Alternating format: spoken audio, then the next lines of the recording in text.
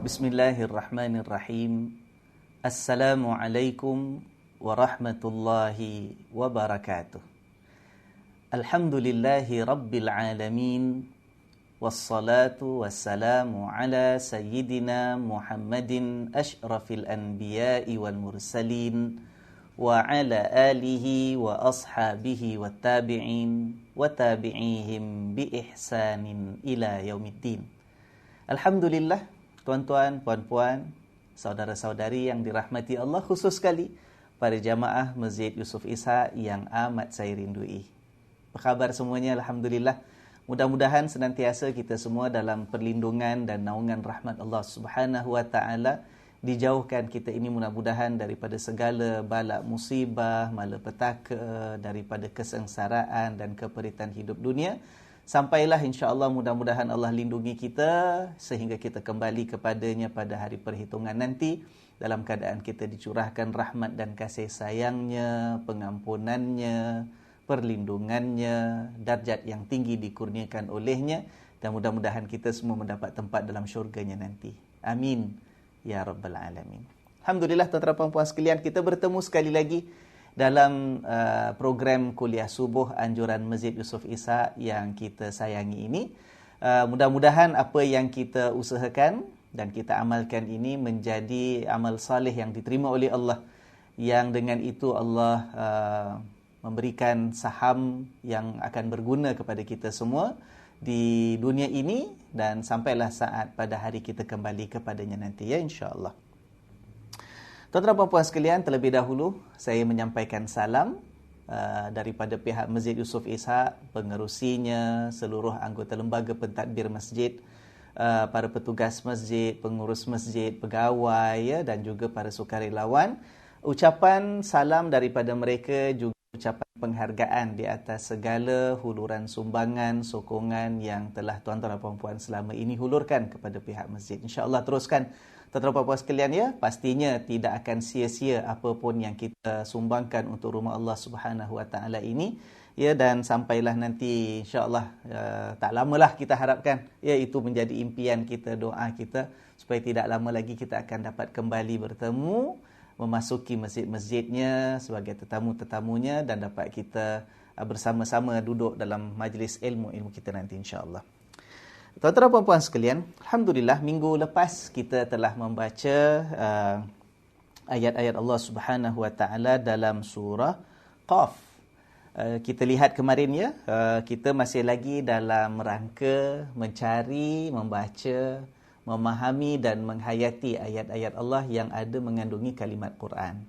Minggu lepas kita melihat dalam surah Qaf, ya, ayat yang pertama itu mengandungi perkataan Al-Quran. Firman Allah Subhanahu wa taala, a'udzubillahi minasyaitonirrajim. Bismillahirrahmanirrahim. Qaf wal Qur'anil Majid, ya. Qaf, dan demi Al-Quran yang sangat mulia.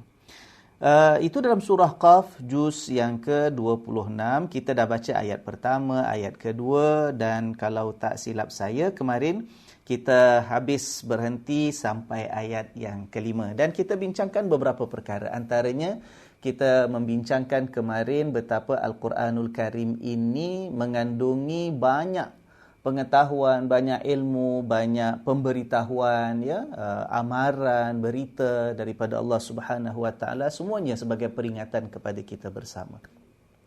Cuma kita katakan berdasarkan kepada apa yang kita baca bahawa manusia ini apabila tidak mahu memanfaatkan akal fikirannya untuk mencari kebenaran, ya, apabila keinginan mencari kebenaran itu dikelabui ataupun ditutup dengan nafsu yang ada dalam hatinya, rasa keberatan, kesombongannya untuk meninggalkan kebiasaan dalam kehidupannya, ya, sampaikan apa saja kebenaran itu tidak mahu difikirkan, apa saja kebenaran yang dibentangkan tidak dapat dilihat dan difahaminya.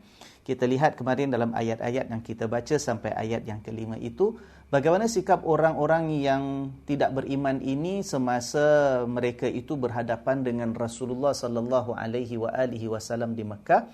Mereka mempersoalkan bagaimana mungkin, ya, apakah betul Ya, tak masuk akal kata mereka. Ya, syai'un ajib, satu perkara yang menghairankan, yang membingungkan, yang di luar kefahaman akal fikiran kita, bahawa manusia ini bila dah mati, dah habis tubuhnya menjadi tanah, dimakan bumi, bagaimana boleh kembali lagi? Kata mereka, zalika raj'un ba'id, ya, kalau tuan-tuan baca kemarin dalam ayat yang ketiga, itu satu kita kata satu proses hidup kembali itu yang mustahil. Ba'id mereka kata dalam bahasa ataupun dari segi terjemahan bahasanya, ba'id tu maknanya jauh. Maknanya terlalu jauh, tak mungkin boleh berlaku. That is a very remote possibility.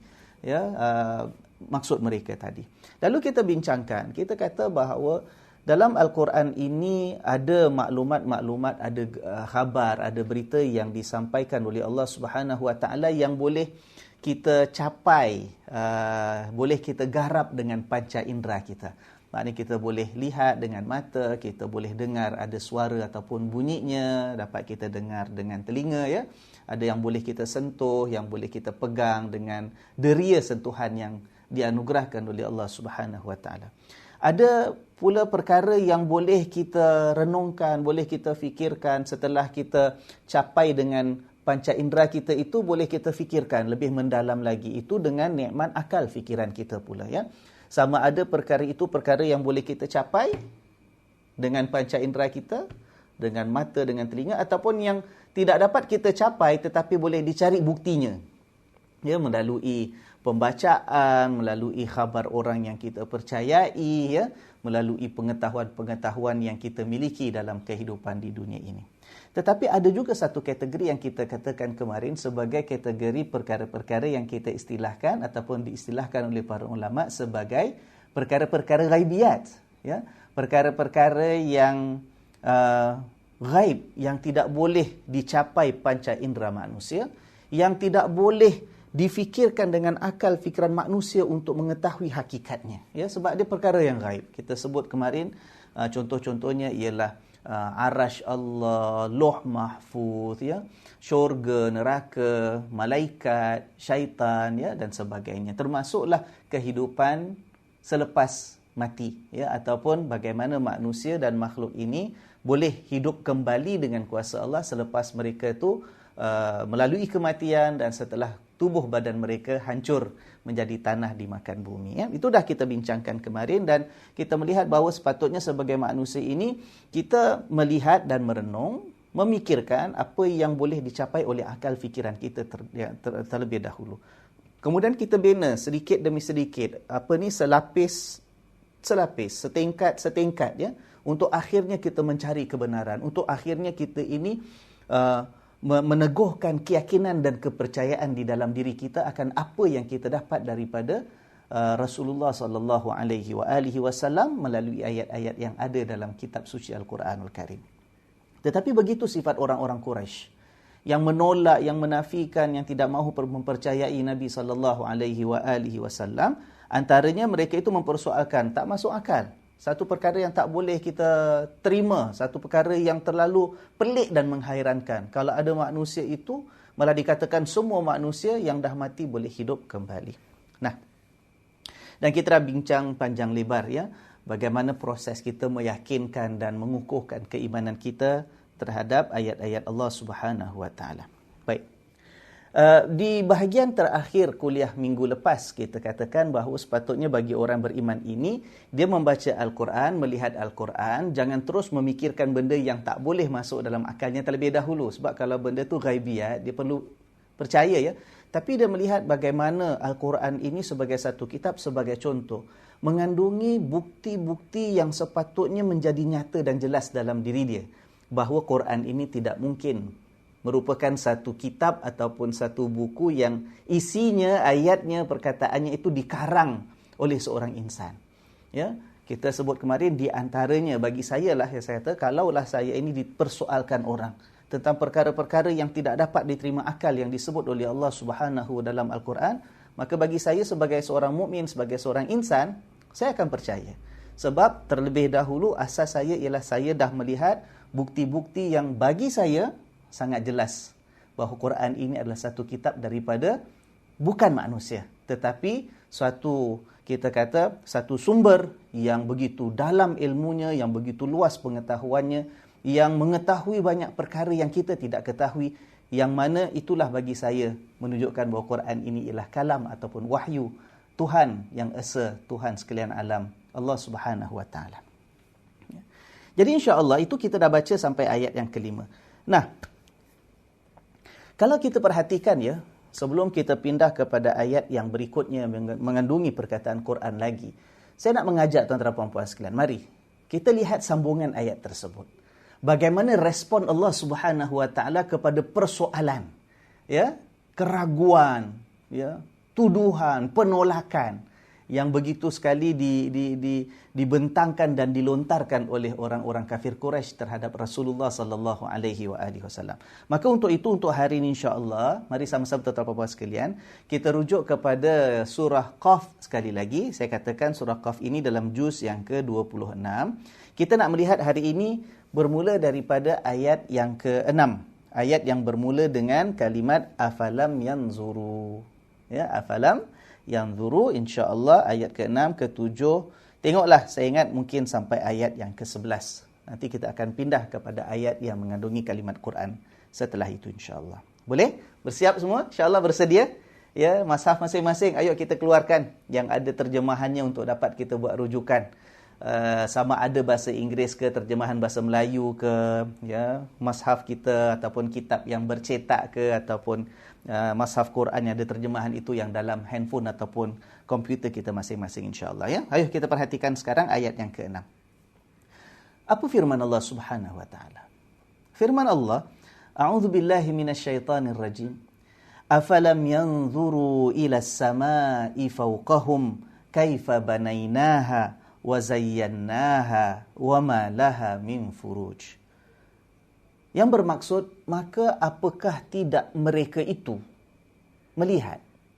Ya, mereka itu di situ maknanya orang-orang yang mempersoalkanlah daripada kemarin kita ceritakan, ya, orang-orang kafir Quraisy yang menuduh Nabi yang bukan-bukan. Bukan kerana mereka itu dapat melihat kebenaran menolak Nabi, tidak. Tapi sebab mereka itu dicengkam jiwa mereka, hati mereka, perasaan mereka dengan kedegilan dan kesombongan, ya. Ketidaksediaan mereka untuk melepaskan apa yang telah biasa mereka sembah, iaitu berhala-berhala yang mereka warisi daripada datuk nenek moyang mereka yang dahulu, ya. Jadi Allah mempersoalkan, Allah bertanya, apakah mereka itu tidak melihat, yang zuru, melihat, memerhatikan, ila sama'i fawqahum, ke arah langit di atas mereka, ya. Kaifa banainaha, betapa bagaimana telah kami membangunkan as-sama itu, banaha. Dalam sebahagian terjemahan kata banainaha ini diterjemahkan sebagai telah kami tinggikan, ya, telah kami angkat dengan tinggi langit itu. Wa zayyannaha, dan juga telah kami hiasi langit itu. Wa ma laha min furuj, dan tidak ada pada langit itu sebarang keretakan, ya. Baik.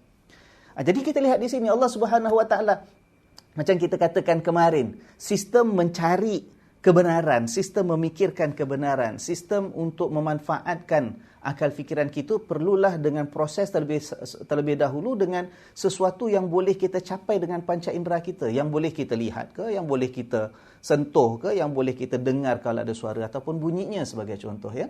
Maka begitu Allah mengajak kita. Pertama sekali, Allah mengatakan, kenapa tidak mereka itu memerhatikan, melihat, yang zuru, melihat. Melihat ke arah mana? Ke langit. Yang kata Allah, fauqahum, di atas mereka. Langit yang boleh kita lihat, yang boleh kita nampak, yang begitu terbentang luas. Bila siang ada cahaya matahari menerangi alam ini, kita nampak warnanya biru, ya. Tapi pada waktu malam bila cahaya matahari tidak ada, jadi hitam, gelap.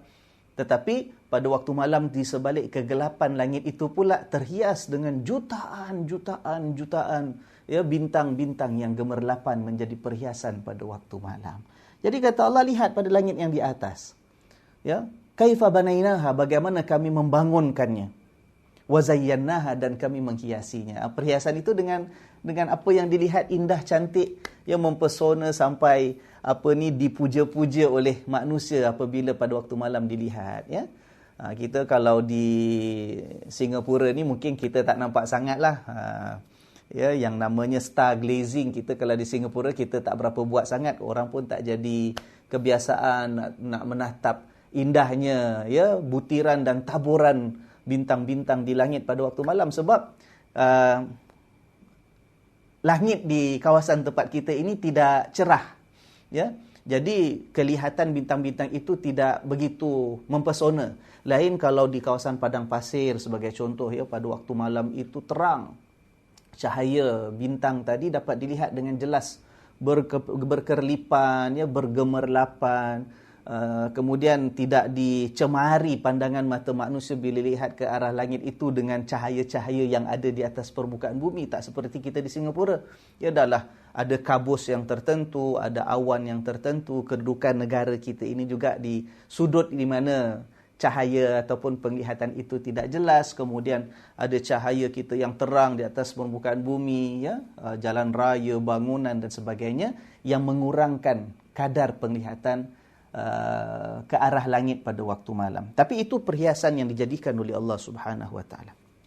Cuma di sini kita lihatnya, okeylah, Allah kata kenapa kita tidak melihat langit? Kita lihat apa yang ada di langit itu. Nah, di sini Allah Subhanahu Wa Taala mengajak kita mula dengan melihat dulu, panca indera, kemudian untuk merenung, melihat, memikirkan, dan bagaimana di situ akhirnya akan terhasil dan terdetik dalam benak kita, dalam hati kita, dalam pemikiran kita bahawa apa yang ada itu sesuatu yang tidak mampu untuk kita jadikan yang serupa, yang tidak mampu untuk kita rosakkan, tak mampu kita ubah, malah tak mampu kita sampai pula yang kita kata langit yang terbentang luas itu tadi, yang penuh berhias ataupun terhias dengan hiasan-hiasan pada waktu malamnya. Yang selalu kita nampak daripada awal wujudnya namanya makhluk bernama manusia di atas permukaan bumi ini, sudah nampak langit. Sudah lalu beratusan, ribuan tahun. Tapi sampai sekarang kita masih belum lagi dapat capai langit itu. Kita dapat lihat, warnanya dapat kita lihat. Tetapi begitu menunjukkan kekerdilan kita. Dan di sini kalau kita lihat juga ya, subhanallah, tuan-tuan dan puan-puan sekalian, bila Allah kata yang zuru, dari segi bahasa yang zuru maknanya melihat dengan mata ya. Tapi juga dalam Al-Quran, setiap yang disuruh oleh Allah Subhanahu Wa Taala untuk kita lihat, untuk kita dengar, itu sebenarnya membawa maksud direnung dan difikirkan ya. Bukan maknanya kenapa tak lihat langit? Oh, dah tengok Ustaz, ataupun dah nampak tu ya Allah ya. Ada apa? Bukan setakat melihat dengan mata. Kenapa kamu tidak mendengar ayat-ayat Quran? Dah dengar dah selalu, kat radio dengar, orang baca dengar. Itu tidak mendatangkan apa-apa kesan dalam proses menyuburkan iman kita ya. Sebab maksud mendengar itu mendengar dengan memerhatikan, mendengar dengan merenung dan memikirkan, mendengar sehingga mendatangkan sesuatu yang mengubah hati kita daripada kurang baik kepada yang lebih baik. Itu maksud melihat ataupun mendengar yang diperintahkan oleh Allah kepada manusia untuk manusia lakukan kalau ada sebutannya dalam Al-Quran. Satu perkara lagi ya, subhanallah, kita kata kemarin ya, kita kata bahawa Quran itu penuh dengan ayat-ayat yang menunjukkan kepada manusia betapa manusia ini kalau dia fikir dengan betul-betul, dia renungkan, dia akan dapati tak mungkin Quran itu merupakan karangan seorang insan. Apatah lagi seorang manusia yang saya katakan minggu lepas, seorang insan yang hidup pada zaman itu. Yang tidak ada, kita kata, kemajuan sains ilmu seperti mana yang kita ada sekarang. Hidup zaman itu di tengah-tengah sebuah masyarakat yang tidak mempunyai warisan budaya ilmu. Ya, ataupun ketamadunan ilmu belum ada di kalangan masyarakat Arab. Apalagi disampaikan oleh seorang insan yang bernama Muhammad bin Abdullah, yang tidak membaca, tidak menulis, yang tidak pernah pergi sekolah sebab tidak ada sistem pendidikan. Ayat ini sebagai satu contoh yang jelas tuan-tuan lihat ya. Saya nak mengajak tuan-tuan lihat perkataan banainaha. Banainaha. Dalam bahasa Arab daripada perkataan bana, iaitu membina, membangunkan. Ya, ha membangunkannya. Ha tu nya balik pada langit tadi. Allah ya, kaifa, bagaimana Allah telah membangunkan langit itu. Baik. Tuan-tuan dan puan sekalian, dalam saya katakan pada awal tadi bahawa dalam sebahagian terjemahan diterjemahkan sebagai bagaimana kami telah meninggikan langit, ya kan? Mungkin dalam terjemahan sebahagian sahabat-sahabat teman-teman yang ikuti kuliah pada pagi ini begitu terjemahan yang ada. Boleh kita fahamkan demikian, tapi saya nak mengajak tengok dari segi susunan bahasa, pilihan perkataan yang ada. Bila kita kata bina ya, bahasa Inggeris apa ya? Build, construct, ya kan? Bila kita kata membina, membangunkan, dia kaitan dengan binaan dan bangunan, ya kan? When you build something means you are creating a building. When you construct something means you are creating a construction, ya kan? Maka begitulah, membangunkan, bana, dia akan menghasilkan, dalam bahasa Arab pun dinamakan sebagai membangunkan apa? Membangunkan al-bina, pembinaan, ataupun kita kata al-mabna, bangunan, ya kan? Nah, persoalan yang timbul, kenapa Allah Subhanahu Wa Taala dalam ayat ini khususnya Allah gunakan perkataan bana? Kalau Allah nak kata langit itu kami tinggikan, sebab dekat atas kan, terlalu tinggi sampai kita nak capai pun tak sampai-sampai sampai sekarang. Walaupun dengan pencapaian kita kata ilmu sains yang ada sekarang, kita sebagai umat manusia ada yang dah boleh mencipta kenderaan, ya, dengan kuasanya yang begitu hebat sampai boleh terbang sampai mencecah bulan, sampai ke angkasa raya yang begitu ribuan jutaan kilometer jauh daripada langit ataupun daripada bumi ini. Kalau Allah nak kata betapa kami tinggikan langit, boleh saja Allah sebut seperti mana dalam sebahagian ayat yang lain Allah gunakan perkataan rafa'a, Allah angkat, ya, Allah angkat. Dalam surah Al-Ghashiyah kalau tak salah, kalau kita lihat ya,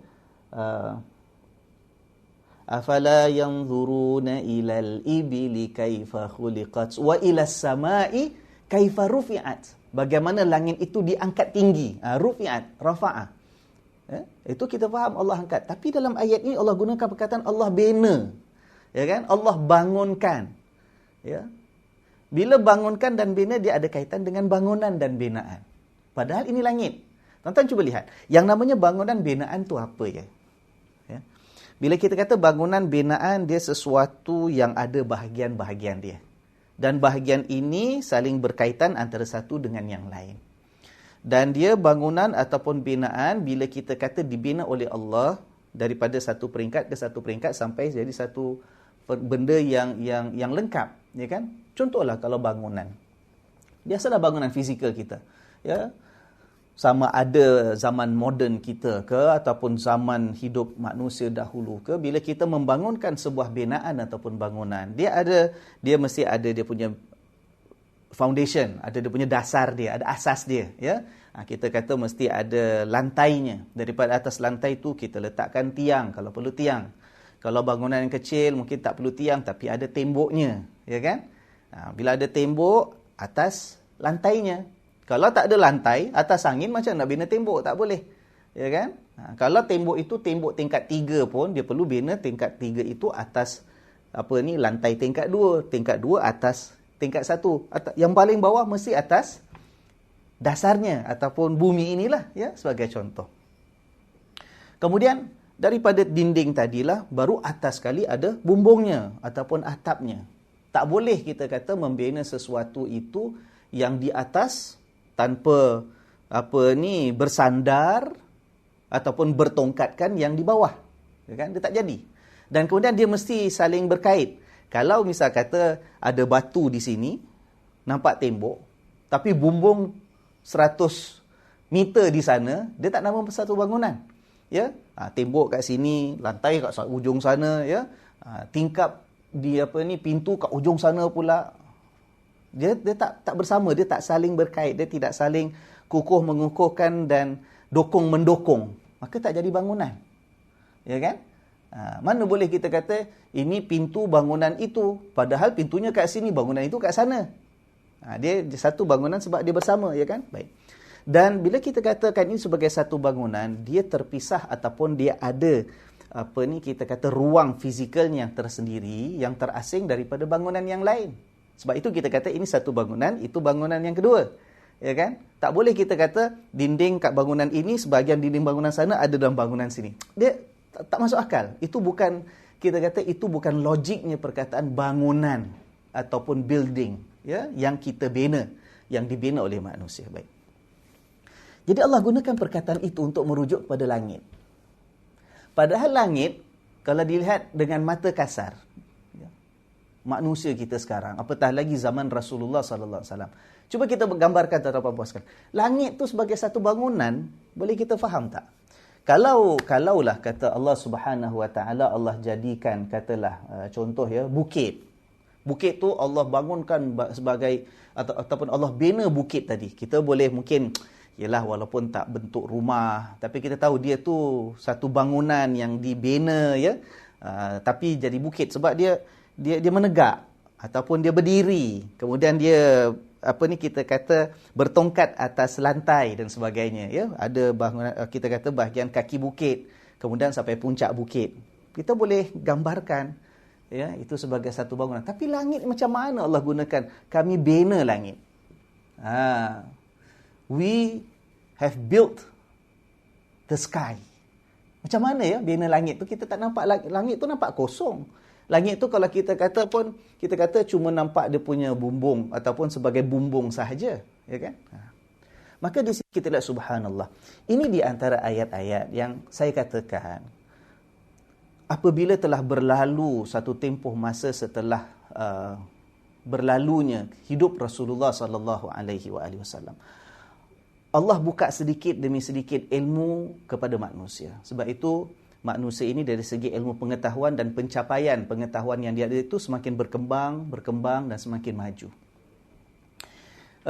Maka sebab itu kita katakan juga bahawa sebahagian perkara-perkara yang difirmankan oleh Allah Subhanahu wa taala dalam kitab Al-Quranul Karim itu hanya selepas berlalu satu tempoh ilmu Allah buka kepada manusia sedikit demi sedikit, barulah manusia boleh dapat memahami dengan lebih jelas apa sebenarnya kandungan ayat-ayat Allah Subhanahu wa taala ini, ya. Nah, kalau kita lihat pada langit itu ya, macam mana dikatakan sebagai langit itu sebagai sebuah bangunan? Tak nampak strukturnya, ya, tak nampak dia punya rangkanya, ya kan. Kalau kita lihat tuan-tuan puan sekalian, subhanallah, ini antara perkara yang apabila manusia semakin luas dapat kita cuba dekatkan dengan kefahaman kita bagaimana Allah gunakan perkataan banaina, kami bina langit itu. Kerana setiap yang ada di kita kata ya di langit, apa saja yang di atas kita, yang di luar daripada atmosfera bumi, ya, kita kata itu bertaburan dengan pelbagai bintang, pelbagai planet, ya. Ada yang kecil, ada yang besar, malah ada yang berpuluh-puluh beratus kali lebih besar daripada saiz bumi tempat Allah jadikan tempat tinggal dan tempat hidup kita ini, ya. Bertaburan. Ya, bukan millions, bukan billions, trillions, mungkin lebih daripada itu, kita tak tahu, ya. Manusia ini makin hari makin kemajuan yang dibina makin dapat mencipta teropong yang lebih kuat daripada sebelumnya, ya. Dan setiap planet itu ataupun bintang itu didapati bahawa dia berkumpul ikut kluster dia, ya. Dia pun ada kelompok-kelompok dia. Dan setiap kluster itu yang dikenali sebagai galaksi, ya. Dan setiap kelompok itu ada galaksi dia. Dalam situ ada ratusan, ribuan bintang yang ada. Dalam apa yang saya sempat baca sedikitlah, ya, dalam di antara pencapaian ilmu manusia bila lihat memerhatikan seberapa jauh yang boleh dicapai oleh teropong yang paling canggih yang telah dicipta sampai saat ini, didapati bahawa wujud tidak kurang daripada 2 trilion galaksi di luar sana. Itu yang sekarang ini dapat dicapai oleh penglihatan teropong kita. Itu disebutkan sebagai the observable universe, ataupun kita kata universe alam yang dapat diperhatikan, dapat dilihat, dapat dicapai dengan panca indera manusia melalui teropong yang diciptanya. Ya, setakat ini tidak kurang daripada 2 trilion galaksi, dan setiap galaksi itu kumpulan planet mengandungi ratusan, ribuan mungkin, jutaan mungkin planet-planet bintang yang ada. Dan subhanallah, ya, setiap galaksi itu subhanallah dia tidak berlanggar dengan galaksi yang lain. Dia seolah-olah, kalau kita baca, cari maklumat sekarang ini antaranya tentang the physical cosmos, ataupun kita kata the structure of the sky, ya, the sky structure, maka dikatakan bahawa setiap galaksi itu seolah-olah dia ada ruang dia sendiri, ada dindingnya sendiri, ya. Dia bergerak, dia berinteraksi antara satu planet dengan planet yang lain, satu bintang dengan bintang yang lain, tetapi dia tidak merentas. Yang ini dalam ruang dia sendiri, yang itu dalam ruang dia sendiri, dan setiap yang ada itu dia bergerak dengan begitu teratur, sistematik, tapi tidak berlanggar. Dan dia gerak itu pada pusingan-pusingannya yang telah tetap, ya kan? Jadi kalau kita lihat, subhanallah, bagi saya lah tuan-tuan dan puan sekalian, kemungkinan ilmu tu akan Allah buka lebih luas lagi, akan datang kita tak tahu bila, akan lebih nampak lagi fenomena-fenomena, hakikat-hakikat yang baru tentang kejadian bintang, universe dan sebagainya. Tapi setakat yang ada sekarang, subhanallah, pada saya itulah, setiap yang ada itu bagaikan satu bangunan yang tersendiri, ya. Yang atas tidak menghempap yang bawah tidak berlanggar yang tepi, bergeraknya, dan bagaikan ada dinding, ya, yang tidak merentas antara satu galaksi dengan galaksi yang lain. Subhanallah.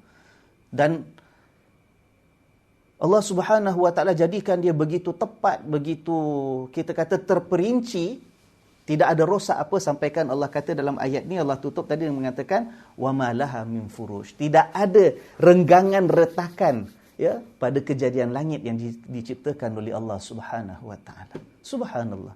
Jadi manusia ini bila diajak oleh Allah untuk melihat, dalam erti kata melihat dan merenung, memikirkan, ya, mencari rahsia, kita kata mengkaji, meneroka, ya kan, discover, manusia akan melihat banyak sangat tanda-tanda bahawa subhanallah, Al-Quran ini tidak mungkin satu perkara yang direka ataupun dikarang oleh seorang insan namanya Muhammad bin Abdullah sallallahu alaihi wasallam.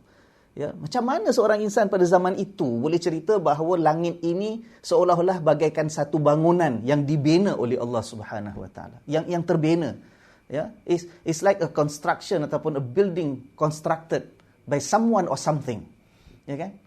Bila dilihat, subhanallah, ya, rupa-rupanya setiap itu ada dindingnya, ya, tidak ada pergeserannya, tidak ada retakan-retakannya. Kalau retak, mungkin ada satu planet berpindah ke galaksi yang lain, hampir akan berlaku kerosakan. Tapi tak pernah. Padahal ini baru setakat ini yang diketahui oleh manusia, yang dapat dilihat tak kurang daripada 2 trilion galaksi. Subhanallah, ya kan? Bagi saya, bila baca ayat ini, dengan pengetahuan yang Allah buka sedikit demi sedikit kepada kita sebagai umat manusia, dia mengukuhkan keyakinan saya. Sampaikan sebab itu, apa saja yang disebut oleh Allah dalam Al-Quran, kalau benda yang tak boleh kita faham, tak boleh kita capai, tak boleh kita buktikan sebab termasuk perkara ghaibiyat, boleh ke manusia, akan ke manusia nanti hidup balik setelah lama dia mati dan hancur tubuh badannya, saya kata, saya dengar, saya baca, saya faham dan saya beriman, ya Allah. Beriman. Sebab tak mungkin kata-kata ini datang daripada seorang manusia, ya. Kita lihat lagi tuan-tuan dan puan sekalian. Allah ajak kita sambung melihat lagi. Jadi ayat ni kita lihat dalam, kita kata, dalam rangka apa yang disebut dalam ayat-ayat yang kita baca kemarin. Jangan kita baca Quran ni kadang-kadang, yalah, sebab kita kadang-kadang kita tak terbiasa dengan membaca satu karangan, satu kitab, satu buku mengikut urutan dan susunan dalam Al-Quran. Kalau kita baca buku biasa ada pendahuluan, ada bab pertama, mukaddimah, ya, penerangan ataupun pengenalan dulu, kemudian bab pertama menghuraikan satu bab itu ceritanya berkait dengan bab sebelumnya dengan bab selepasnya. Tapi kalau Al-Quran begitu disusun oleh Allah Subhanahu wa taala, kadang-kadang kalau orang tak faham, dia ingat Quran ni ceritanya melompat-lompat sana sini, tak tentu arah. Ya, sebagai contoh kemarin ceritanya tentang orang-orang kafir mempersoalkan, menuduh Nabi bukan-bukan. Sekarang tiba-tiba orang cakap, orang tanya pasal betul ke kalau dah mati boleh hidup balik, tak masuk akal ni, kita pelik sangat, tak nak beriman, tak boleh percaya ya Muhammad, kata mereka sallallahu alaihi wa alihi wasallam. Lah, kok tiba-tiba masuk ayat yang ke-6 cakap pasal tengok langit dengan bumi pula ayat ke-7 nanti. Apa punya cerita ni? Tadi cerita lain, belum settle lagi dah pindah cerita lain. Nanti lepas ayat yang ke-11 tiba-tiba cerita pasal umat-umat nabi-nabi yang terdahulu. Apa punya susunan kitab ni? Kita kata subhanallah, begitu indah dan halus Allah atur. Apa yang Allah ajak kita lihat pada langit, ajak kita lihat pada bumi dalam ayat yang berikutnya, sebenarnya ada kaitan yang sangat rapat dengan apa yang kita baca dalam ayat-ayat sebelumnya.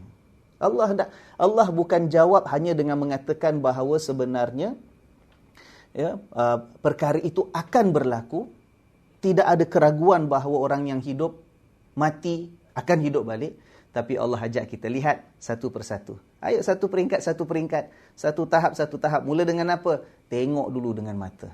Tengok apa yang boleh kita nampak dulu. Langit terlebih dahulu. Ya? Nanti tengok bumi pula. Tengok akan tumbuh-tumbuhan pula. Tengok akan hujan yang diturunkan oleh Allah Subhanahu Wa Taala. Jadi daripada situ ajak kita berfikir. Bila ajak kita berfikir, akhirnya kita akan dapat apa? Macam saya katakan tadi, benar. Tidak mungkin apa yang ada ini adalah kata-kata ataupun karangan seorang manusia. Ya. Dalam ayat yang ke-7, ayo kita lihat tuan-tuan dan puan-puan sekalian. Apa firman Allah Subhanahu Wa Taala? Ayat ke-7 mengatakan, wal arda madadnaha. Dan bumi ini pula kami bentangkan bumi ini. Maknanya Allah jadikan bumi terhampar luas. Manusia boleh hidup atas bumi, manusia boleh berjalan ke atas bumi, manusia boleh mengembara, manusia boleh berpindah randah, manusia boleh pergi patah balik, manusia boleh pergi tak balik-balik, ya kan? Allah. Manusia boleh bekerja atas hamparan bumi sebab dimudahkan oleh Allah. Manusia boleh berehat kalau dia perlu berehat. Manusia boleh berumah tangga atas hamparan. Allah bentangkan. Madadnaha, Allah hamparkan. Bila Allah hamparkan termasuk juga apa? Allah buka dengan luas. Allah berikan segala kemudahan. Allah hadiahkan. Nah, buatlah apa yang kamu rasa perlu kamu buat. Ini aku serahkan ataupun aku siapkan untuk kamu, kata Allah Subhanahu Wa Taala. Subhanallah. Ya. Tapi kita lihat sambungan ayat itu. Allah kata apa? Wa alqaina fiha rawasiya. Dan kami lontarkan, alqaina. Saya gunakan perkataan lontarkan walaupun dalam banyak terjemahan antaranya mengatakan dan kami jadikan ataupun kami pacakkan ataupun kami letakkan. Tapi saya gunakan perkataan kami lontarkan, saya kata. Sebab perkataan asalnya daripada alqa. Alqa maknanya campak, lontar. Kata Allah, dan kami lontarkan pada bumi itu rawasiya. Peneguh-peneguhnya. Ya. Peneguh tu. The stabilizers. Tahu stabilizers? Peneguh yang memantapkannya. Kat sini maksudnya ialah gunung ganang. Itu dalam terjemahan tuan-tuan pasti perkataan gunung ganang ada kat situ kan. Tapi saya sebut terlebih dahulu terjemahan dari segi literalnya. Dan kata Allah, kami lontarkan di bumi itu peneguh-peneguhnya, rawasiyah, ya, peneguhnya, wa ambatna fiha, dan kami juga menumbuhkan pada bumi itu min kulli zaujin bahij, daripada setiap jenis yang indah. Nah, kita lihat satu persatu. Di sini lagi subhanallah tuan-tuan, kalau kita baca dengan hati yang jernih, nak mencari kebenaran, nak mengukuhkan keimanan, kita akan nampak antara tanda-tanda benarnya bukti Al-Quran ini daripada Allah Subhanahu Wa Taala. Kenapa? Allah kata kami ataupun bumi itu kami bentangkan, kami hamparkan dan kami lontarkan padanya peneguh-peneguh, iaitu gunung ganang. Rawasiyah, gunung ganang. Sebab dalam bahasa Arab memang perkataan rasiyah. Kemudian jamak dia rawasi, itu ada kalanya dimaksudkan sebagai gunung. Ya, cuma perkataan rawasi yang asalnya ialah kalau perkataan arsa, rawasi, arsa yang meneguhkan sesuatu, menetapkan supaya dia tidak goyang. Kalau ada tiang sebagai contoh, kalau pacakkan tak kuat ustaz, nanti dia condong, nanti dia goyang, kena tiup angin dia tak tegak lagi. Kita letakkan rawasi. Rawasi maknanya apa? Mungkin letakkan kakinya ataupun kita pacakkan kat dalam tanah, dalam lantai. Kita letakkan benda yang berat pada pangkal tiang tadi, ya kan? Supaya dia akan lebih teguh. Itu rawasi. Ya, peneguh-peneguh. Yang maksudnya di sini ialah bumi. Subhanallah. Dalam ayat yang lain, Allah Subhanahu Wa Taala, saya tak ingat ayat yang keberapa, surah apa ya. Allah ada menyebutkan bahawa gunung ganang itu bergerak. Gunung ganang bergerak. Tapi dalam ayat yang banyak pula, contoh dalam ayat ini mengatakan gunung ganang itu yang meneguhkan bumi, ya. Wa ja'alna ataupun wa alqaina fiha rawasiya. Kami lontarkan pada bumi itu penegak-penegaknya ataupun peneguh-peneguhnya, itu gunung ganang. Jadi ada ayat kata gunung ganang itu bergerak. Kenapa dia bergerak? Iyalah sebab bumi ini bergerak, ya kan? Dalam bumi ini berputar. Bila bumi berputar, dia ikut berputarlah dengan pergerakan bumi sebab dia terpacak di atas permukaan bumi. Bila bumi ini bergerak untuk mengelilingi matahari, dia ikut bergeraklah. Ya kan? Bumi ini berputar, dia pun berputar. Bumi ini bergerak ikut orbitnya, ya, mengelilingi matahari, dia sama-sama dengan bumi tadi. Gunung bergerak. Tapi dia meneguhkan bumi ini. Kenapa? Subhanallah. Bayangkan 1400 tahun yang lalu, macam mana boleh seorang insan menggambarkan, memberikan satu cerminan, satu pengertian bahawa gunung ganang ini antara fungsinya ialah untuk meneguhkan bumi. Tapi sekarang terbukti, subhanallah, bila ilmu geologi ya semakin berkembang maju, manusia buat kajian, saintis, hatta walaupun orang yang bukan beriman, bukan orang Islam sekalipun, mengatakan bahawa bumi ini selain daripada dia ada putarannya, selain daripada dia bergerak ikut orbit perjalanan yang mengelilingi matahari, dia juga bergegar. Ya, ada masanya. Sebab apa? Sebab dia ada, kita kata apa ya? Dia ada plates, ya kan? Dia ada kepingan-kepingan tanah yang besar. Sebenarnya dia bergerak sedikit demi sedikit tanpa kita rasa. Tapi ada kalanya sebab plates yang berbeza ini, kepingan-kepingan yang berbeza ini, bila dia terlanggar, berselisih antara satu dengan yang lain, itu yang jadi gempa tu. Ya, kalau gempa itu yang plates yang bergerak ini dia bertemu bawah dasar lautan, jadi ombak besar, jadi tsunami. Ataupun kalau dia bergerak pada yang bukan di dasar lautan, dia jadi gempa bumi. Itu yang kadang-kadang kita lihat tanah terbelah, ya, bangunan boleh runtuh, bergoncang, ya, dan sebagainya. Sebab dia bergerak. Dan tanah-tanah yang besar ini, the earth plates ini, bila dia bergerak, kalau tidak ada gunung ganang yang terpacak pada tanah-tanah itu, dia akan lebih dahsyat lagi, tuan-tuan dan puan-puan sekalian. Gunung ganang ini yang menstabilkan ataupun yang mengurangkan gempa dan gegaran tadi. Ya. Maka sebab itu kalau kita lihat, ada saintis, pakar-pakar geologi kaji bumi, ya, mengatakan bahawa rupa-rupanya gunung ganang ini dia ada dia punya akarnya, ataupun dalam istilah sebahagian saintis istilahkan sebagai pegs, ya, PEGS, ada pegs dia ada akar yang terpacak di bawah, kita kata, permukaan tanah. Gunung tu kita nampak di atas permukaan, ya, tapi di bawah ada dia punya tiang-tiang, dia ada akar-akar yang terpacak, yang mana panjangnya akar ni ataupun dia punya, kita kata, foundations ini jauh lebih panjang dibandingkan dengan ketinggian gunung itu sendiri di atas permukaan bumi. Subhanallah. Macam mana seorang insan boleh gambarkan benda itu? Boleh tahu perkara itu? Boleh bercakap ayat tentang itu? Ya kan? Bukan sekali, beberapa ayat menggambarkan gambaran yang demikian. Subhanallah.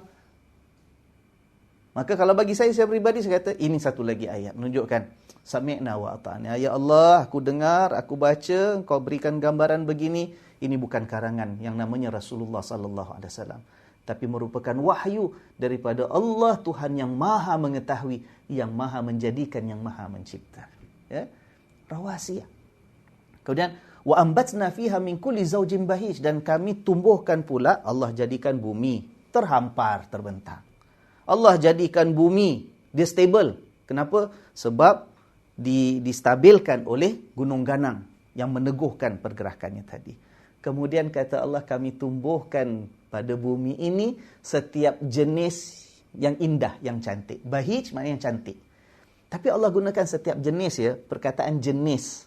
Ya, setiap spesies ataupun setiap kind of, kita kata, tumbuh-tumbuhan, ya, Allah gunakan perkataan zauj. Subhanallah. Zauj. Apa bukan zauj ni, tuan-tuan, ya?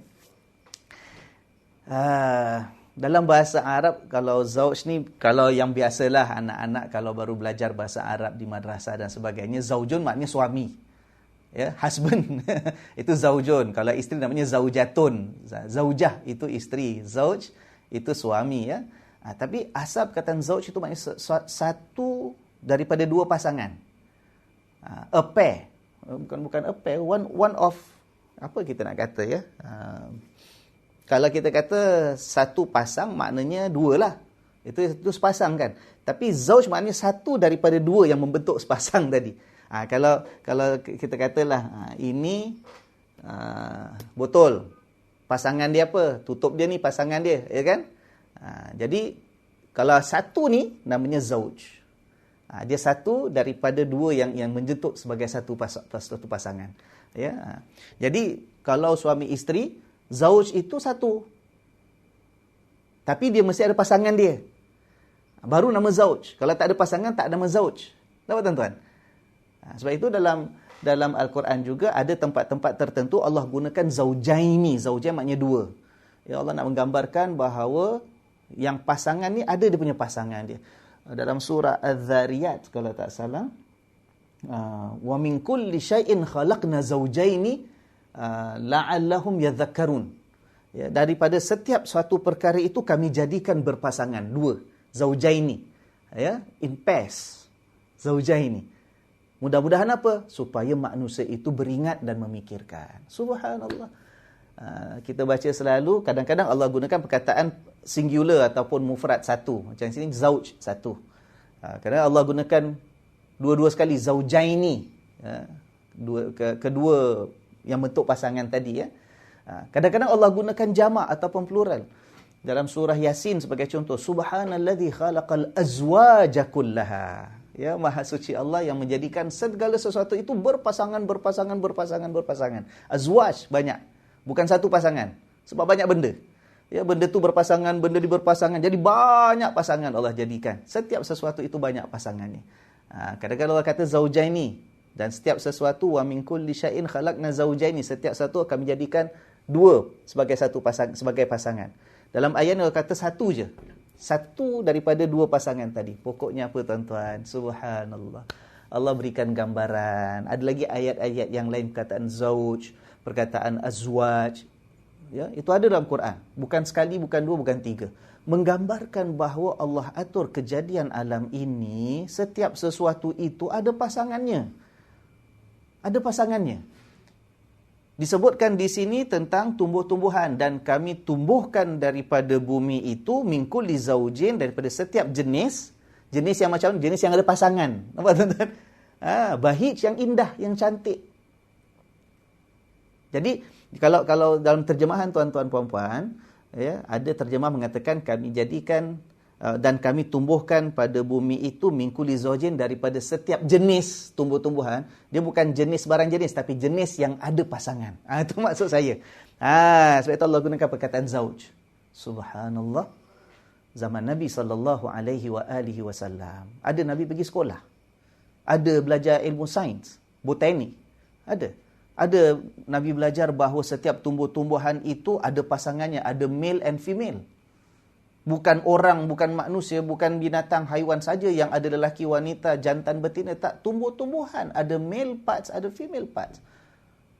Yang mana bila katalah sebagai contoh, bila ditiup angin, ataupun bila dibawa oleh rama-rama, berpindah daripada satu bunga ke satu bunga, satu pohon ke satu pohon, itu akan ada bahagian-bahagian yang kita kata benih-benih jantan pokok itu, yang berpindah sebab dibawa terbang rama-rama hingga pada pokok lain. Bila benih yang jantan itu bertemu dengan bahagian betina pokok yang baru, akan menjadi tunas. Akhirnya, ya, menghasilkan pohon yang baru. Ya, begitu juga kalau ditiup angin. Ya. Jadi, anak-anak kita pun belajar daripada primary school lagi. Dah belajar tentang plants, ada male parts dengan female parts. Berpasangan. Allah kata setiap sesuatu itu ada pasangannya. Benda yang kita tak nampak macam mana pun terlalu halus, saintis kaji bahawa setiap satu mesti ada dia punya pasangan. Benda yang terlalu halus, atom dan sebagainya, ada, tak apa nama dia, saya pun tak belajar peringkat itulah. Wallah dah lama sangat dah. Apa ada neuron, proton, apa? Tak tahulah. Ya kan? Subhanallah. Bila ditembungkan, bila disatukan, bila dicantumkan ada atom yang tertentu dan sebagainya, itu yang jadi satu kuasa yang subhanallah. Ya, sama ada boleh membuat manfaat yang besar dalam kehidupan, ya, ataupun yang boleh membawa kemusnahan yang sebesar-besar kemusnahan. Tapi dia perlu ada pasangannya. Bila manusia dapat terokai, kaji, ya, mendapati pengetahuan yang baru, dengan ada pasangan cantuman seperti inilah yang akhirnya membawa kepada perkara-perkara yang dijadikan oleh Allah Subhanahu Wa Taala dengan kehendak dan dengan izinnya. Mana mungkin seorang insan, mana mungkin mengatakan, waktu itu, zaman itu lagi mengatakan, tumbuh-tumbuhan semuanya itu berpasang-pasangan.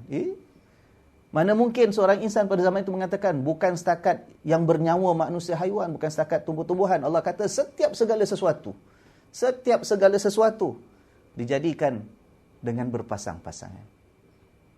Maka secara peribadi, bila orang bertanya benda-benda yang saya tak boleh jawab, kenapa kamu orang Islam mengatakan ada malaikat, cuba buktikan malaikat mana? Saya akan kata, macam mana saya nak buktikan? Itu benda gaib. Tapi saya percaya. Kenapa kamu percaya? Saya percaya sebab ada sebut dalam Quran. Kenapa dalam Quran kalau disebut awak percaya? Sebab saya dah lihat banyak tanda-tanda bukti dalam Al-Quran menunjukkan ini adalah ucapan wahyu firman daripada Allah yang menjadikan dan menciptakan segala-galanya. Ya, begitu tuan-tuan dan puan sekalian. Nah, kita sambung lagi insya-Allah. Jadi ini adalah ayat-ayat sambungan daripada ayat yang ke-6, ke-7, ke-8 dan berikutnya sebagai kita kata respon Quran kepada kita kata persoalan orang kafir yang mempersoalkan. Macam mana mungkin, macam mana boleh yang dah mati manusia dah hancur akhirnya boleh hidup balik. Jangan fikirkan tu dulu. Tengok dulu yang kita boleh tengok sekarang ini. Ya. Ini menjadi renungan kita. Benda yang boleh kita lihat dengan panca indera, boleh kita dengar dan sebagainya, belum tak habis-habis untuk dikaji. Ya kan? Tak habis-habis rahsia yang terkandung di dalamnya. Ini kita nak fikir benda yang belum lagi berlaku pula hari kiamat nanti. Tu nantilah. Ya kan? Kukuhkan keimanan dengan apa yang boleh kita perhatikan keliling kita dahulu. Kemudian kata Allah dalam ayat yang ke-8, tabsiratan wa dzikra likulli 'abdin munib.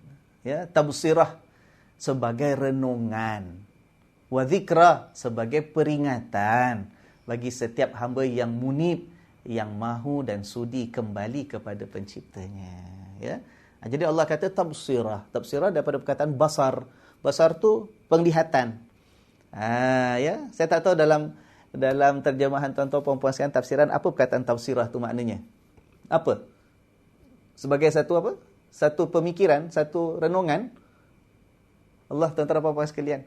Ya, tafsirah sebagai satu kita kata sebagai satu renungan, pemikiran yang patut difikirkan oleh manusia. Tapi asal perkataan daripada basar.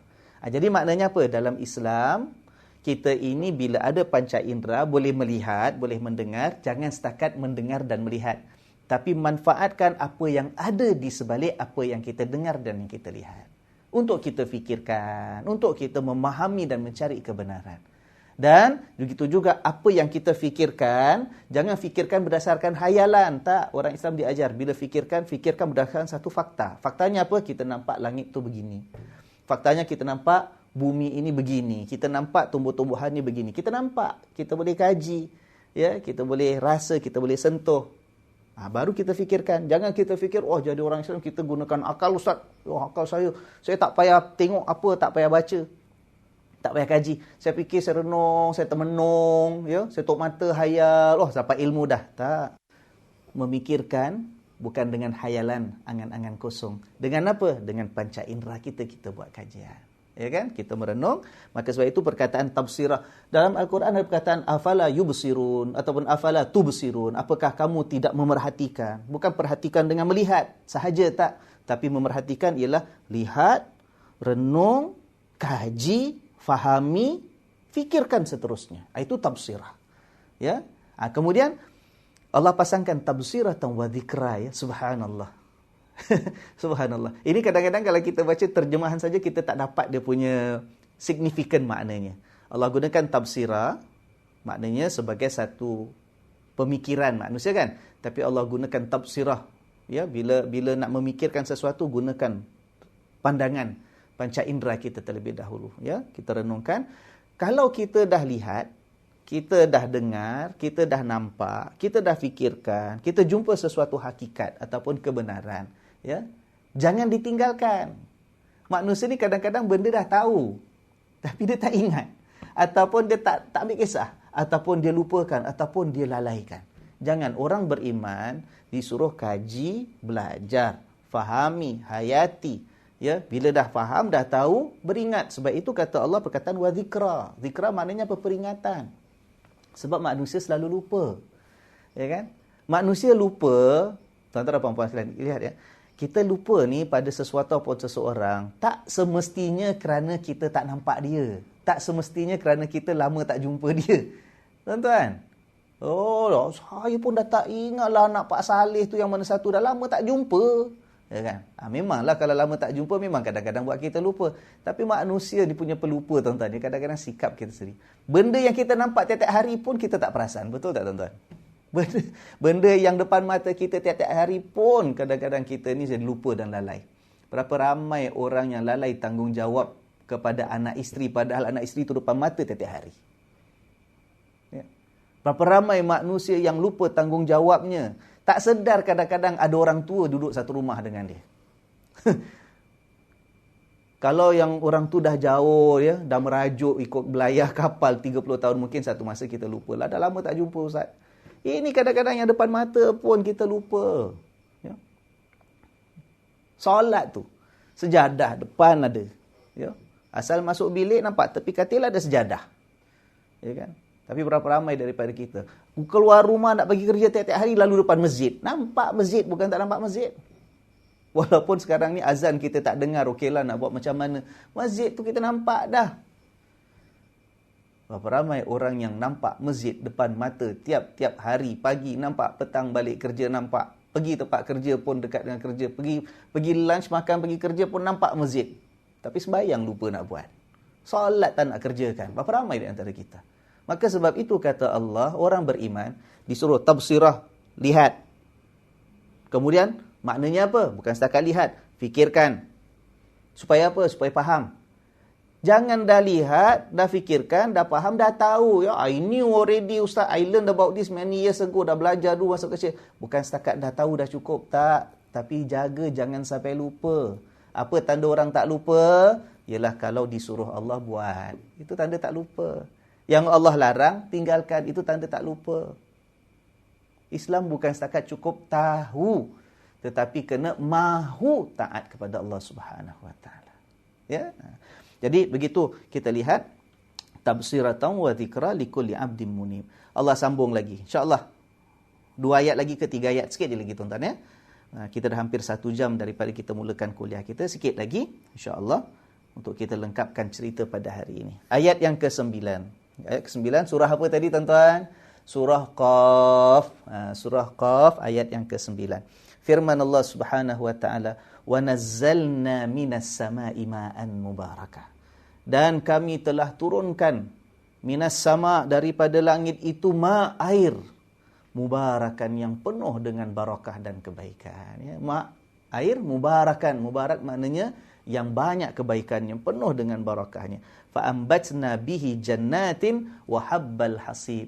Dan kami tumbuhkan, lalu kemudian kami tumbuhkan daripada air yang kami turunkan itu jannat. Kebun-kebun. Jannat ni plural banyak, ya. Kebun-kebun yang banyak. Wa habbal hasid. Dan juga apa? Hab, ini hab maknanya bijirin. Tahu bijirin? Gandum ke, beras ke, yang jadi makanan manusia. Ya, wa habbal hasid. Hasid ini yang dituai hasilnya, ya. Jadi subhanallah, Allah ingatkan lagi, kami turunkan daripada langit tadi, ya, air yang penuh dengan kebaikan. Penuh dengan kebaikan. Subhanallah, itu yang dilihat oleh orang-orang yang tak beriman, orang Quraisy sekalipun, yang sembah berhala, tak nak taat, tak nak beriman untuk menyembah Allah Subhanahu Wa Taala, mereka tak boleh elak, tak boleh nafikan. Siapa boleh nafikan ada yang namanya hujan air turun dari langit? Sebab manusia ini memang sentiasa perlukan kepada air yang turun tadi. Barulah boleh hidup tumbuh-tumbuhan, nak bertucuk tanam.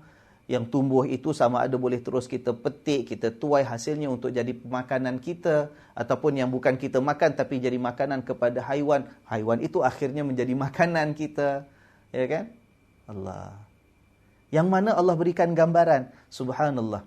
Hujan yang turun banyak. Barakahnya banyak, kebaikannya banyak, akhirnya tumbuh kebun macam-macam kebun. Jannat, ya, kebun-kebun banyak. Gardens and farms, ya kan? Tapi dalam masa yang sama, antara yang banyak-banyak ini ada benda yang kecil-kecil yang halus-halus, tapi itu yang kita berikan perhatian untuk kita tuai, ambil hasilnya sebab itu menjadi makanan utama kita. Ya, kita orang Asia sebagai contoh, yang kita cari yang paling utama, biarlah kebun ni banyak-banyak benda pun tanaman dalam negeri ni katalah, ya. Ada tanam apple, tanam pear, tanam durian, tanam kelapa, macam-macam tanaman ada. Kebun kita subhanallah subur. Tapi kalau tak dapat beras macam mana tuan-tuan? Boleh hidup kita? Kalau sebagian tempat pula tak ada jagung, sebagian tempat tak ada gandum, sebagian tempat tak ada oats, macam mana nak hidup? Itu bijirin menjadi makanan asas kita. Subhanallah. Takkan kita nak hidup tiap-tiap makan durian aja. Habis musim tak ada durian, mati kebulu kita, ya kan? Tiap-tiap hari takkan kita nak makan petai aja jadi makanan utama kita, takkan nak makan. Subhanallah. Allah berikan langit, turunkan hujan. Berkatnya banyak, kebaikannya banyak. Manusia cucuk tanam, dapat kebun macam-macam kebun, jannat. Ya, hasil tanaman. Tapi Allah sebut satu khusus, wahabbal hasid. Begitu juga daripada itu Allah tumbuhkan apa? Bijirin-bijirin yang kita sibuk tuai dan ambil hasilnya. Ya, subhanallah. Jadi manusia jangan sombong dengan Allah. Itu hakikat di mana kalau hujan itu tak turun, walaupun lepas langit gelap penuh mendung awan, kita dah harapkan hujan. Tapi manusia belajar juga. Apa manusia belajar? Ikut kalau orang Melayu kata, dengar guruh di langit, air di tempayan jangan dicurahkan. Tunggu dulu sebab belum pasti.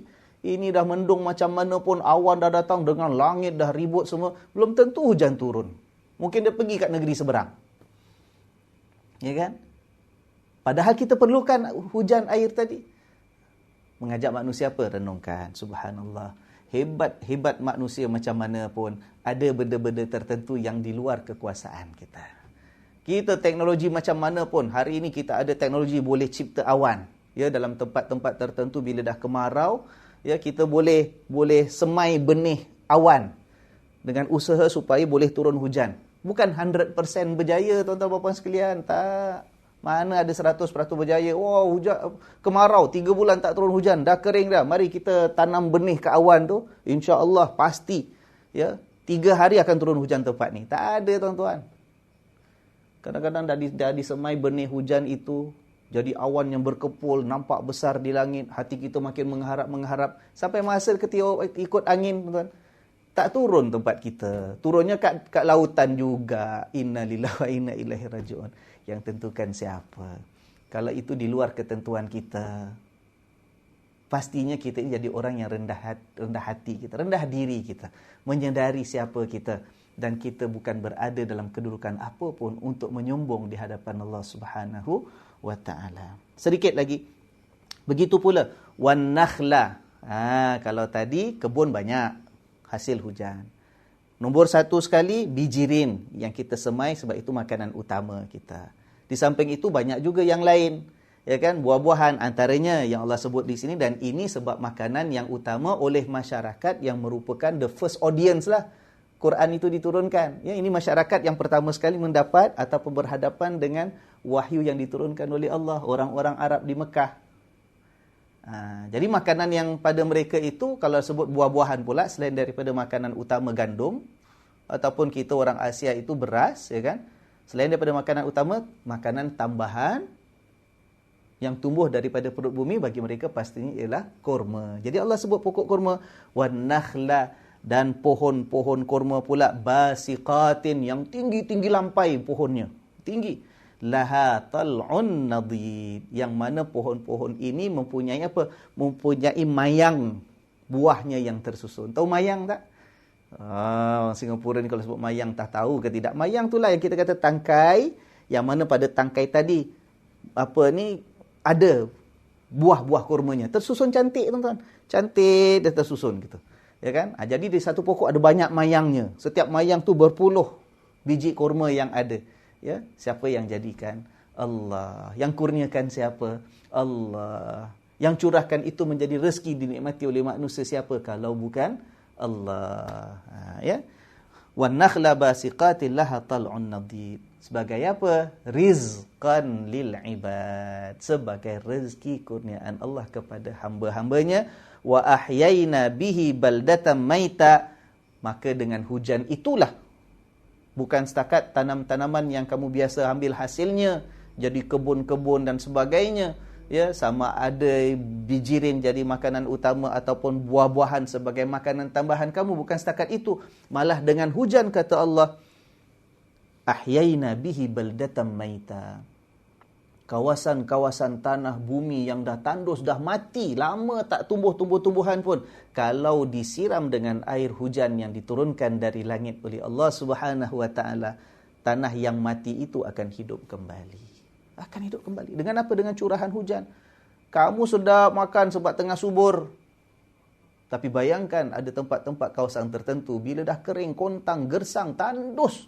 Kadang-kadang bertahun-tahun tak dapat hasilkan apa-apa pun kerana kekeringan. Tapi bila saja dicurahkan dengan air, ya, bila saja disiram dengan air, dia akan hidup kembali. Dan ini kuasa siapa? Kata Allah, wa ahyaina, kami yang hidupkan dengan hujan. Baldatan maita, ya, tanah yang tandus dan yang kering, yang dah mati, kata Allah. Kadzalikal khuruj, maka seperti itulah juga nanti manusia akan keluar daripada bumi setelah mereka itu mati, dikebumikan, ditanam, ditimbus, malah dah hancur dimakan bumi sampai menjadi tanah tubuh mereka.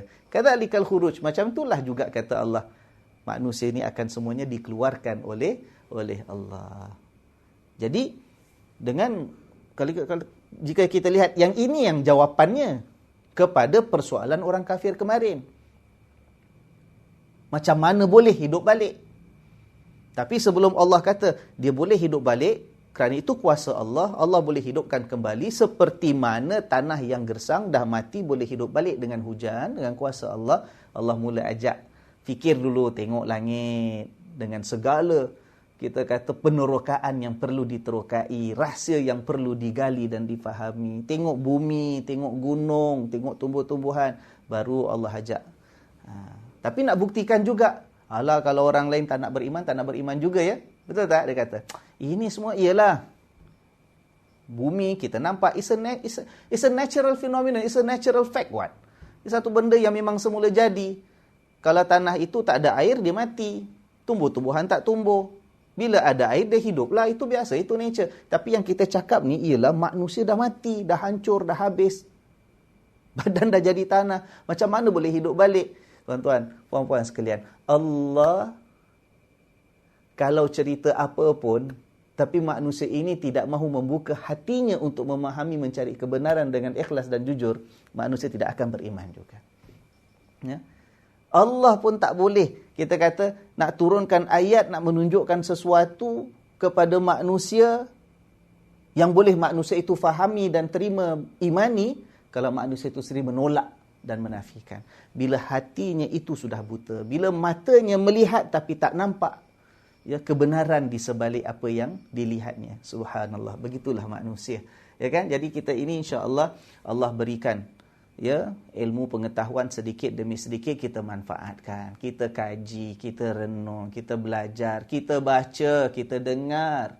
Ya, kita ikuti penjelasan insya-Allah, dan akhirnya masing-masing kita buat apa yang perlu kita lakukan dengan hati yang dikurniakan Tuhan. Sama ada hati kita ini hati yang mahu tunduk kepada kebesarannya, ataupun hati yang hanya pilih untuk jauh daripadanya dengan penuh kesombongan yang membuat kita ini tidak tahu mana arah hendak dituju dalam kehidupan. Ya.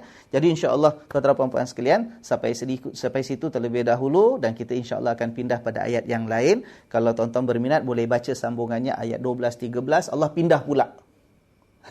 Dah habis cerita tentang alam, dah habis cerita tentang bumi, tentang langit, ya, Allah pindah pula. Pindah nanti kalau kita lihat tuan-tuan, kita tak bacalah, tapi tuan boleh baca sendiri. Ayat ke-12, ke-13, 14 cerita tentang nabi-nabi yang terdahulu dengan umat-umat mereka, dengan kaum-kaum mereka yang diajak beriman, mereka tolak, yang diajak untuk kembali pada Tuhan, mereka degil, dan akhirnya Allah musnahkan mereka dengan azab, musibah, balak dan sebagainya. Sebagai apa? Sebagai peringatan, amaran. Ya. Kisah-kisah itu sebenarnya bagi orang Arab mereka dah banyak dengar dah.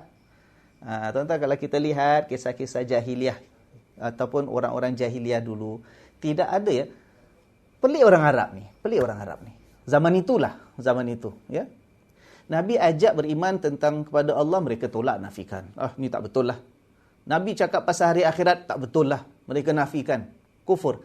Tapi tak ada pun catatan mana-mana dalam hadis ke dalam Quran, bila Nabi cerita tentang umat terdahulu, mereka nafikan sebagai itu dongeng yang tidak ada kebenaran. Tak ada pun. Tak ada orang kafir di Mekah ke, di Madinah ke mana ke, bila Nabi cakap pasal cerita Nabi Nuh, Nabi cerita pasal Nabi Ibrahim, Nabi cerita pasal Nabi Musa dengan kaumnya, ya, dengan Fir'aun dan sebagainya. Cerita apa pun, tak ada cerita. Tak ada riwayat satu pun mengatakan orang kafir persoalkan, mengatakan itu semua cerita bohong, itu semua cerita palsu. Tak ada. Bermakna apa? Mereka tak nafikan. Mereka tahu, mereka pernah dengar. kisah Nabi Nuh, mereka dengar, mereka tahu. Tapi tak pula jadi persoalan, tuan-tuan. Ya. Kemudian apa? Tak pula mereka nak beriman, tak pula mereka tu nak, kita kata nak mengubah sikap, nak buka pintu hati dia, tanamkan rasa takut dan gerun kalaulah mereka juga akan ditimpakan dengan azab balak yang sama oleh Allah Subhanahu Wa Taala. Kenapa, tuan-tuan? Kenapa begitu sekali? Itu yang kita katakan tadi, bila hati sudah terkunci. Macam ayat kita baca kemarin ya, bila hati sudah terkunci. Dikunci oleh apa? Dikunci oleh kejahilan diri sendiri, kedegilan diri sendiri dengan kesombongan diri sendiri. Hawa nafsu untuk kehidupan yang mereka tak dapat buang daripada hati mereka. Mudah-mudahan Allah pelihara kita. Ya, daripada mempunyai sikap yang sama, penyakit yang sama. Mudah-mudahan Allah bersihkan hati kita, senantiasa terbuka menerima nur hidayah petunjuk daripadanya, insya-Allah. Dengan itu mudah-mudahan Allah pelihara kita, Allah lindungi kita, Allah panjangkan umur kita dalam keimanan sehingga kita bertemu minggu depan, insya-Allah. Tuan-tuan ya, sekali lagi hari yang sama, hari Sabtu subuh, siaran kita biasa 6.30 pagi, insya-Allah. Dengan izin Allah, mudah-mudahan Allah terima kita, Allah pelihara kita, dan Allah memberkati persaudaraan di antara kita ini. Allah menjadi saksi betapa saya amat menyayangi dan mencintai tuan-tuan puan sekalian kerana Allah semata-mata. Subhanakallahumma wa bihamdika asyhadu an la ilaha illa anta astaghfiruka wa atubu ilaik. Wassalamualaikum warahmatullahi wabarakatuh.